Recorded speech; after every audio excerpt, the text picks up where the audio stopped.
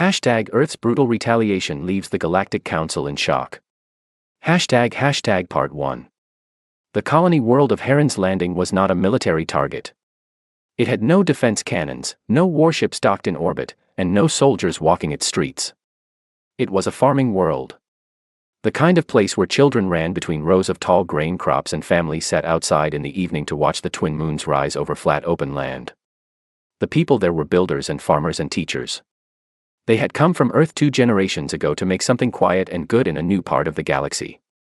The Dractari fleet arrived without warning. There was no signal sent ahead. No ultimatum broadcast across open channels. No diplomat standing at a podium somewhere demanding that humanity withdraw or face consequences. The Dractari ship simply dropped out of faster-than-light travel and opened fire. The orbital station above Heron's Landing was gone in less than 4 minutes. The main settlement on the surface was hit shortly after. Then the farming townships to the east. Then the water processing facility that served the entire southern region. By the time Admiral Gary Cole received the emergency transmission from the colony's emergency beacon, Heron's Landing had already gone mostly silent. Gary was aboard his flagship at the edge of the Heron system, running scheduled patrol routes with a fleet that had never expected to fight a real battle out here. This part of human space was considered safe. The Dractari Empire was a known presence in the galaxy, aggressive in politics and dismissive in council meetings, but no one had expected them to move like this. Not without cause. Not without any warning at all. He pulled up the tactical display and stared at the number of Dractari ships filling the screen. They were not a raiding party. This was an invasion fleet, and it had not come for just one colony. 2 more emergency signals came in within the next hour. Port Callaway and the settlement on Myra's Ridge, both human colony worlds, both hit at roughly the same time as Heron's Landing. The Dractari had coordinated the strikes. They had planned this for a long time, and they had timed it so that no single defense force could respond to more than one location at once. Gary made a decision fast. He could not fight that fleet with what he had. His ships were patrol vessels, not warships built for large engagements. Taking them into a direct fight against that many Dractari cruisers would not save the colony. It would only add his crew to the casualty list. He ordered a full withdrawal to the nearest military staging point and told his communications officer to get an emergency channel open to Earth Command. The transmission lag was painful. Every second he waited for a response felt like something being taken from him. When Earth Command finally responded, the voice on the other end was steady and calm, and it told Gary 2 things. The first was that Earth was already aware of all 3 attacks. The second was that he was to hold his position, maintain full sensor sweeps, and wait for further orders. No counterattack. Not yet. Gary sat in his command chair and watched the Dractari fleet settle into orbit around what remained of Heron's Landing. He watched their transport ships begin to descend toward the surface.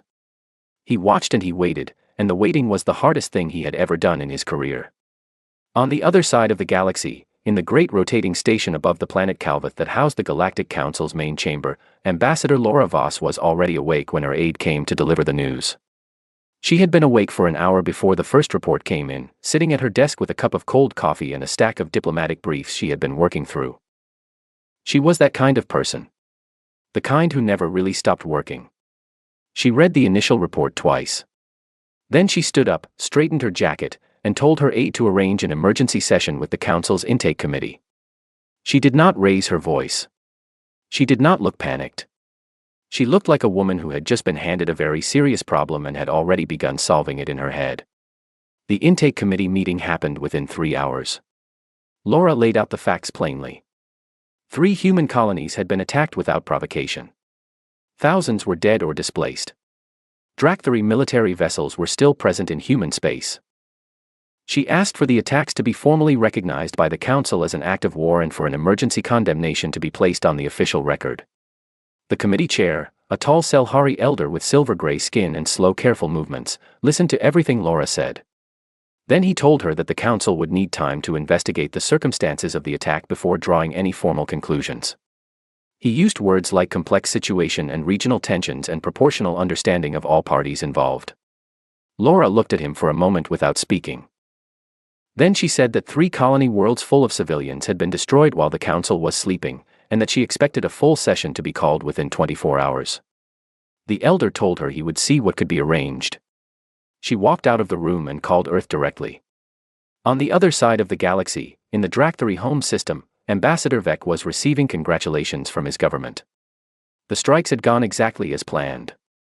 3 human settlements removed, human defense forces scattered, and not a single Dractary warship lost. Vec had spent 3 years building the political groundwork for this moment, quietly telling other council species that humanity was expanding too fast, that they were building too much, that their presence in the outer regions was a destabilizing force. Enough members had nodded along that the Dractary leadership had felt safe to move. Vec believed the humans would protest loudly, then accept a ceasefire when they realized how outgunned they were. He had read every public assessment of Earth's military strength. He had studied their fleet numbers and their ship classifications and their deployment records. The numbers told him that humanity simply did not have the power to fight a full war against the Dractary Empire. What Vec did not know, and what very few beings outside of Earth's own government knew, was that those numbers had been constructed very carefully for exactly this purpose. Back in deep human space, in a stretch of nothing that appeared on no council star chart, a signal was sent from Earth Command to a set of coordinates that were not listed in any official record. The signal was short. It was a single authorization code attached to a date and a time. In the darkness beyond that empty stretch of space, inside a hollowed-out asteroid that had been quietly converted into a construction bay over the course of 30 years, lights began to come on. Gary Cole received his updated orders 6 hours after he had pulled his fleet back. He was told to maintain position and conduct full intelligence sweeps of Dractary movements in the region. He was told that Earth was preparing its response. He was told to be patient. He looked out through the forward viewport at the stars and thought about the people on Heron's Landing who would never see those twin moons rise again. He would be patient. But not forever. #Earth's brutal retaliation leaves the Galactic Council in shock. Part 2. The full session of the Galactic Council was called 31 hours after the attacks. Laura Voss had pushed for 24, but the Selhari Collective had requested more time to prepare their formal position, and the council chair had granted it. Laura had not argued the extra hours. She had used them instead to prepare every piece of evidence she intended to present, and to make sure her voice would not shake when she stood in front of 400 alien delegates and told them what had happened to her people. The council chamber was enormous. It was built in a shape that resembled a half-circle, with the delegate platforms rising in tiers from the floor to the upper galleries. The lighting was soft and amber, designed to be comfortable for the widest range of species. At the center of the lowest floor stood the speaker's podium, a simple raised platform where any delegate could stand and address the full assembly. Laura walked to that podium alone. She did not bring a long speech. She brought facts. She showed the sensor recordings from the Heron's Landing orbital station in the minutes before it was destroyed. She showed the emergency beacon data from Port Callaway and Myra's Ridge. She displayed the current position of Dractary warships still sitting in orbit over human territory. She gave the council the confirmed death toll, which had been updated twice since the initial reports and was still rising as rescue teams moved through the wreckage on the surface of the 3 worlds. When she finished, she looked out at the assembled delegates and said that Earth was formally notifying the council that it considered the attacks an act of war. She said that Earth expected the council to condemn the strikes on the official record. And she said that whatever action Earth chose to take in response was the sovereign right of a member species that had been attacked without cause. There was a long silence after she stepped back from the podium. Then Ambassador Vec approached his delegate platform. He was tall even for a Dractary, with dark-plated scales along his neck and a voice that carried easily across the chamber without amplification. He spoke with the calm ease of someone who believed he had already won the argument before it began. He told the council that the strikes had been a defensive measure taken in response to human military expansion in contested border regions. He claimed that human survey vessels had been conducting unauthorized scans of Dractary territory for months. He produced a set of documents that his government had prepared in advance, full of technical language and carefully selected data points. He said that humanity was a young species prone to overreaction, and that the council should urge restraint before a minor border incident was inflated into something that disrupted the stability of the entire quadrant. Laura listened to every word from her seat in the delegate gallery. She did not react visibly. She had heard politicians talk like that before. The language was different, but the structure was always the same. Make the victim sound responsible. Make the aggressor sound reasonable. Flood the room with enough complexity that simple truth becomes hard to find. Preeter Solon, the senior council elder who held more procedural authority than almost anyone else in the chamber, called on Laura to respond. She returned to the podium. She said 3 sentences. She said that none of the border claims Vec had described appeared in any prior council filing or diplomatic correspondence from the Dractari government. She said that the colonies that were destroyed had no military installations of any kind, and that the sensor data she had already submitted proved that. And she said that Earth would not be signing any ceasefire agreement. A ripple of sound moved through the upper galleries. Solon leaned forward from his elevated chair at the head of the chamber and addressed Laura directly. He told her that any unilateral military action taken by Earth without Council authorization would be viewed as a dangerous escalation. He told her that the Council had the authority to impose trade restrictions and movement limitations on any species that destabilized the galactic order. He spoke slowly, making sure every word landed with the weight he intended it to carry. Laura looked up at him for a moment. Then she said that Earth appreciated the Council's concern, and that she would relay its position to her government. She left the chamber without answering any of the questions that erupted from the floor after she walked away from the podium. In the corridor outside, her aide fell into step beside her and asked what Earth Command had said in the latest update. Laura told him that General Frank Holt had confirmed the timeline was in place and that preliminary fleet movements had already begun in several deep space staging areas. She told her aide to prepare the formal diplomatic record of everything that had been said in the chamber today, down to the last word. Every claim Vec had made. Every warning Solon had issued. All of it, time-stamped and stored. Her aide asked why she wanted it all recorded so carefully. She said that when this was over, she wanted the full history to be very clear about who had said what and when. Back in the Dractari capital, Vec transmitted a report to his government describing the council session as a complete success. He said that humanity had made noise, as expected, but that the council's moderating influence would prevent any serious response. He recommended that Dractari forces begin consolidating their hold on the 3 captured colony territories and begin the process of registering them as newly claimed space under existing council territorial law. His government sent back a short reply expressing approval and authorizing the next phase of the plan, which involved establishing permanent Dractari installations on the surface of all 3 worlds.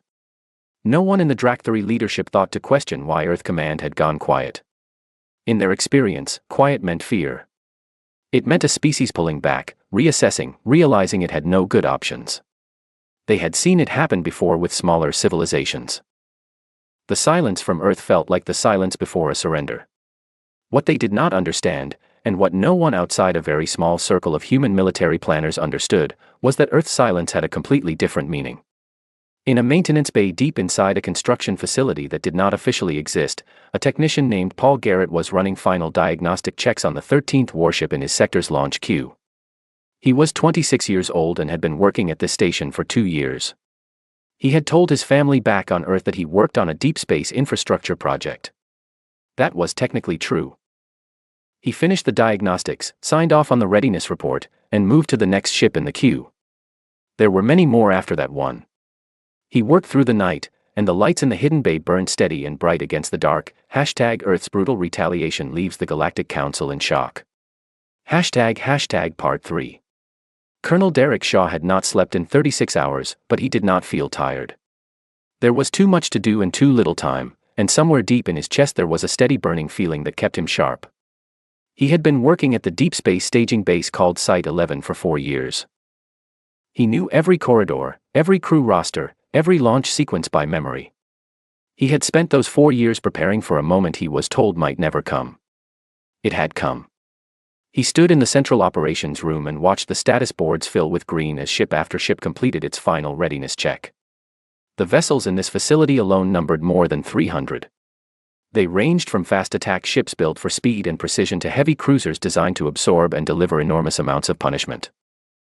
Every one of them had been built in secret over the course of 3 decades, in facilities hidden in asteroid belts, inside hollowed-out moons, and in deep orbital positions far from any shipping lane that Council observation drones were known to patrol. Earth had been patient about this for a very long time. The decision to begin building the hidden fleet had been made quietly and without public announcement 31 years ago, when a classified Earth intelligence assessment concluded that the galactic community was more dangerous than its diplomatic service suggested. The Council presented itself as a peacekeeping body, but the history of species that had joined the Council and later found themselves politically isolated, economically strangled, or simply absorbed by larger member civilizations told a different story. Earth's government had decided that it would join the galactic community, trade with it, send ambassadors to it, and register a fleet with it according to treaty requirements. And it would also, quietly and carefully, build something that no treaty had ever asked about, because no treaty had ever thought to ask. Nobody had told the Dractari. Nobody had told the Selhari Collective. Nobody had told Praetor Solon or any of the other council elders who had spent years forming opinions about human military capability based on numbers that had been crafted to look real. Derek walked the length of the main hangar bay and looked at the rows of ships waiting in their launch positions. These were not old designs. The engineers who had worked in these hidden facilities had been given full resources and no restrictions on innovation. They had built ships that were faster than anything currently registered in the Council's fleet database, with shield systems and weapon platforms that were 2 generations ahead of what Earth's official navy was known to operate.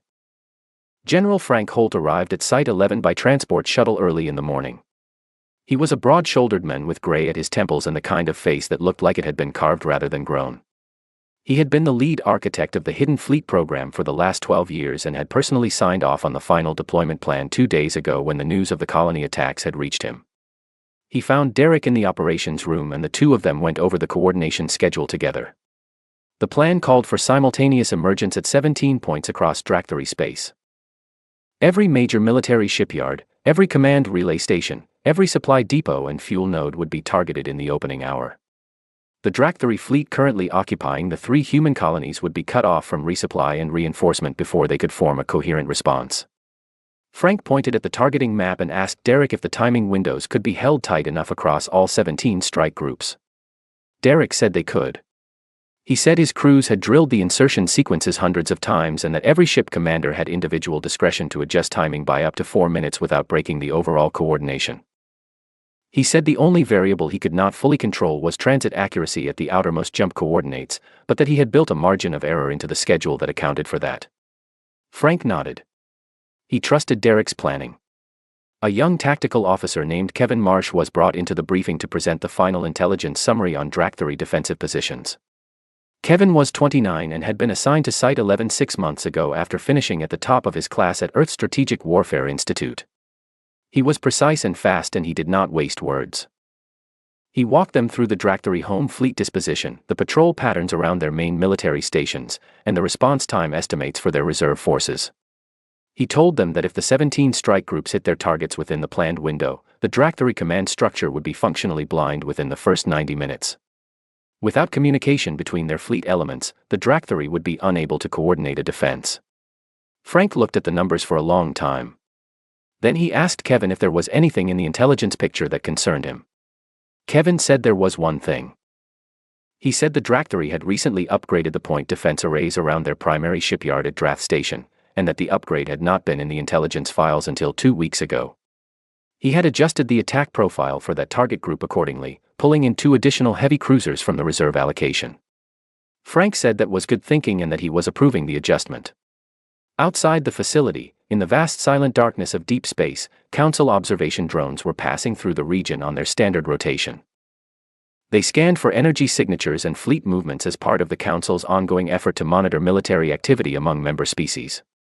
Their sensor profiles were well known, and Earth's hidden facilities had been built and operated in ways specifically designed to avoid triggering those sensors. The drones passed through the sector and recorded nothing unusual. In the Galactic Council station above Calveth, an intelligence analyst working for the Council's monitoring division filed a report noting that Earth's registered military activity had dropped to unusually low levels in the days following the colony attacks. He flagged it as potentially significant, suggesting it might indicate internal political disagreement within Earth's government about how to respond. He recommended continued observation. His supervisor reviewed the report, marked it as noted, and moved on to the next item in the queue. The day of the deployment order arrived without ceremony. Frank Holt sent the authorization signal from Site 11's primary communications array. It went out on a frequency that no Council monitoring system was calibrated to detect, bouncing through a relay chain that had been established over years of careful preparation. 17 staging areas received the signal within seconds of each other. Derek Shaw watched the status boards flip from standby to active, one group after another, and for the first time in 4 years he felt the weight of everything he had been building toward lift slightly from his shoulders. He picked up his radio and told his launch teams to begin final departure sequences. The hidden fleet of Earth moved into the dark. #Earth's brutal retaliation leaves the Galactic Council in shock. #Part 4. The Dractary sensor station at the edge of their home system picked up the incoming fleet signatures 4 minutes before the first ships arrived. That was not enough time to do anything meaningful. The station's commander sent an emergency alert to the home fleet and then watched the alert system overload as 17 separate contact reports flooded in simultaneously from positions spread across Dractary space. The alerts from the outer regions all said the same thing. Human ships. Everywhere. Numbers that made no sense. Admiral Gary Cole commanded the primary strike group from the bridge of his flagship. This was not the same patrol fleet he had been commanding during the colony attacks. Those ships were holding position in human space. The vessel beneath his feet right now had never appeared in any public record. It was faster and harder and better armed than anything the Dractary had ever seen from a human fleet, and it was not alone. Behind it and around it, spread across a wide formation, were more than 80 warships that the Dractary military had never known existed. Gary watched the Dractary home fleet scramble to form a defensive line. They were fast to respond, he would give them that. Their commanders were not fools. They had seen the incoming numbers and they had moved quickly to pull their available ships into a formation that made strategic sense given what they thought they were facing. What they did not understand was that the battle was not going to be fought the way they expected. The first thing Kara Simmons did was not fire a weapon. She sat at her electronic warfare station and began running a sequence she had spent 2 years building and refining. She was 31 years old, small and quiet, and she had a way of working through complex problems that made the people around her feel like everything was going to be fine even when it absolutely was not. What she did in the first 6 minutes of the engagement would determine whether the rest of the plan worked. She broke the Dractary command network. It was not a simple thing. The Dractary had good encryption and redundant communication pathways built into their military infrastructure. But Kara had been studying that infrastructure from intercepted signals for 2 years, and she had found the seams in it. She pushed a cascade of interference through 3 separate relay frequencies simultaneously, each one targeting a different layer of the Dractary communication architecture. The home fleet's command signal cut out. The relay stations linking their outer system positions to the central command dropped offline. The ships at the edge of the defensive line suddenly had no way to receive updated orders from their commanders. Gary watched the Dractary formation stop adjusting. Ships that had been moving to cover a gap in their line suddenly held position, waiting for orders that were not coming. He told his weapons officer to begin the engagement. The battle for the Dractary home system lasted 4 hours. It was not a close fight. The human ships were faster and their weapons had a longer effective range, and with the Dractary communication network down, the defending fleet could not coordinate its response. Dractary captains made individual decisions without knowing what the ships on either side of them were doing. Some pushed forward aggressively. Some fell back to protect the shipyard. Some moved to intercept the human flanking groups and left gaps in the center that Gary's main force drove straight through. Gary did not enjoy any of it. He had not come here for satisfaction. He had come here to finish something that the Dractary had started over Heron's Landing, and he intended to finish it completely. At Drath Station, the Dractary's largest military shipyard, the extra 2 cruisers that Kevin Marsh had added to the attack group proved to be exactly the right call. The upgraded point defense arrays managed to destroy several incoming strike craft before the heavier cruisers neutralized them. The shipyard's defensive guns held out longer than any other target in the operation. But they held out for 40 minutes, not long enough to matter. When the shipyard's commander finally sent the order to abandon the station and evacuate non-combat personnel, the human fleet held its fire until the evacuation was confirmed complete. Then it removed the shipyard from the operational picture. The same approach was used at every military target across Dractary space. Non-combat personnel were given time to clear before facilities were hit. Medical ships and civilian transports were not touched. Population centers were not targeted. Every strike was recorded, time-stamped, and filed in real time to a secure Earth Command archive that would later be submitted in full to the Galactic Council. Humanity had not come to massacre. It had come to remove every instrument of Dractary military power with the precision of someone who had planned this for a very long time. In the Dractary capital, the government's crisis command was meeting in emergency session when the power to the building cut out. The building had its own backup generators, and the lights came back after 30 seconds. But in those 30 seconds, something changed in the room. Several of the officials at the table had seen the latest fleet loss reports before the power went out. They had seen the number of warships still capable of fighting reduced from hundreds to dozens within a single morning. They had seen the reports from the outer system positions saying that human fleets had arrived at those locations too and were dismantling every military installation with the same calm efficiency. When the lights came back, the room was very quiet. One of the senior officials, an old general who had spent 40 years in the Dractari military, looked at the reports on the table in front of him.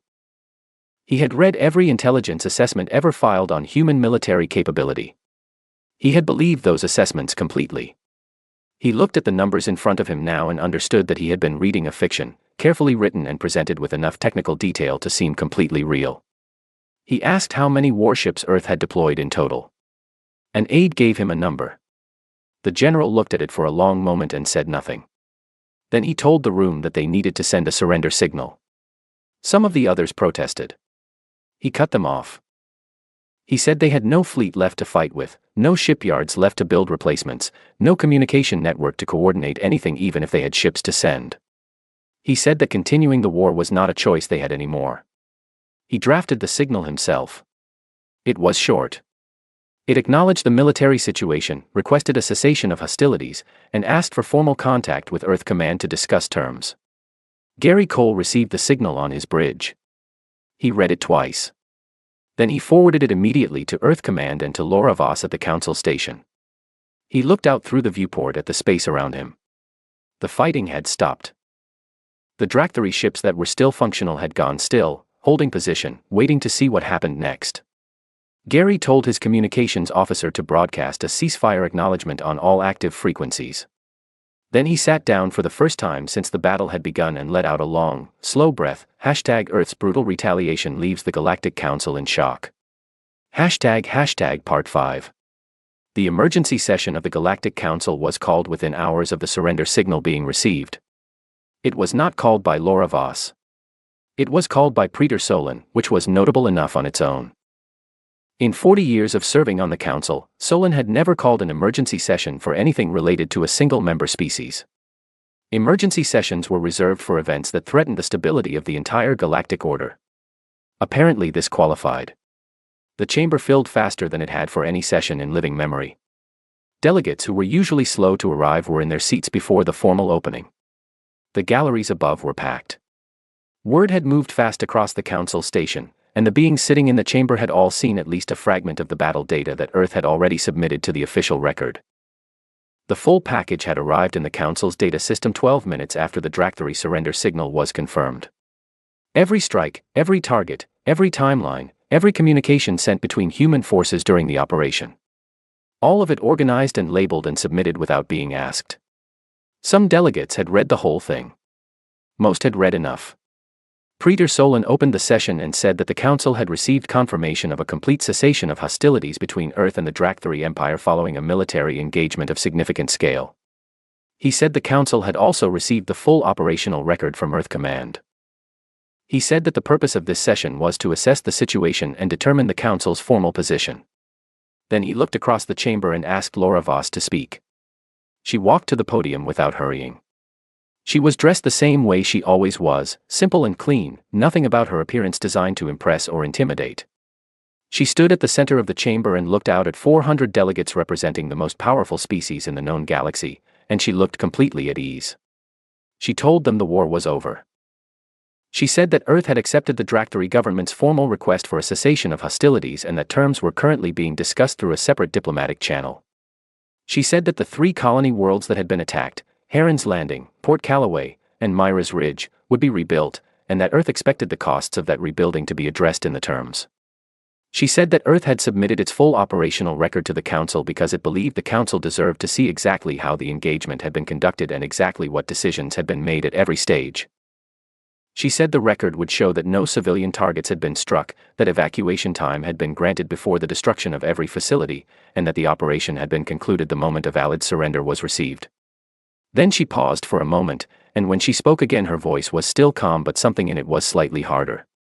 She said that Earth also wanted the Council to note a few other things.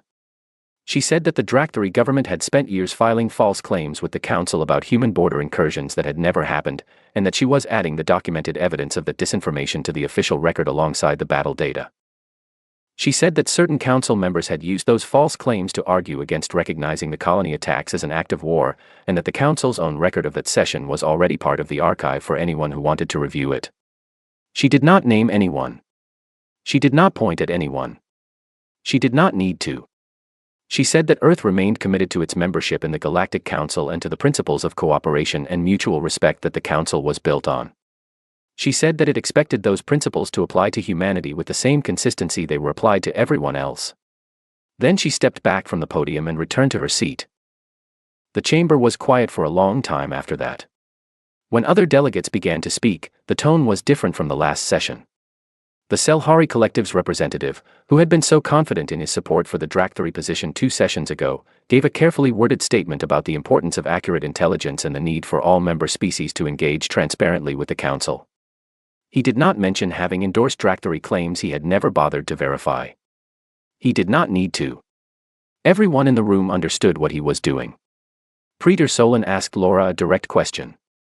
He asked how many warships Earth had deployed in the operation. She told him the number. The sound that moved through the chamber after she said it was not quite silence. It was the sound of a very large number of beings processing a fact that changed something fundamental about how they understood the galaxy they were living in. Solon asked her how long Earth had been building the fleet she had just described. She told him 30 years. He was quiet for a moment. Then he said that the Council would need to review Earth's treaty disclosures in light of this new information. She said that Earth was happy to meet with any Council committee that wanted to discuss the matter, and that it would approach those discussions the same way it had approached everything else, with full transparency and a clear record. Solon did not have a response to that. Nobody in the room did. Kevin Marsh was still at his station aboard his ship in Drakthari space when someone forwarded him a summary of the Council session. He read it once, set his tablet down on the console beside him, and looked out at the stars through the narrow observation port above his workstation. The stars looked the same as they always did. Cold and distant and very old. He had grown up on a colony world not very different from Heron's Landing, a quiet place where the sky at night was full and clear, and he had spent his whole career working towards something he had not been entirely sure would ever happen. He picked his tablet back up and went back to work. There was still a lot to do. The terms with the Drakthari needed to be finalized. The rebuilding of the 3 colony worlds needed to be coordinated. The formal review process with the Council would take months, maybe longer. But the people of Heron's Landing, Port Callaway, and Myra's Ridge would go home. The galaxy knew what Earth was now. Not a young and fragile species that could be struck without consequence. Not a minor presence that powerful empires could move against while the Council urged restraint. Something else entirely. Back on Earth, in a government building that faced a quiet courtyard full of old trees, a small group of officials who had spent 30 years carrying a secret sat together in a plain room and said very little. There was no celebration. No speeches. Someone had brought coffee and it sat mostly untouched in the middle of the table. After a while, one of them said that the colonies would need everything. Construction crews, medical teams, supplies, housing units, and teachers for the children. The others agreed, and they got back to work.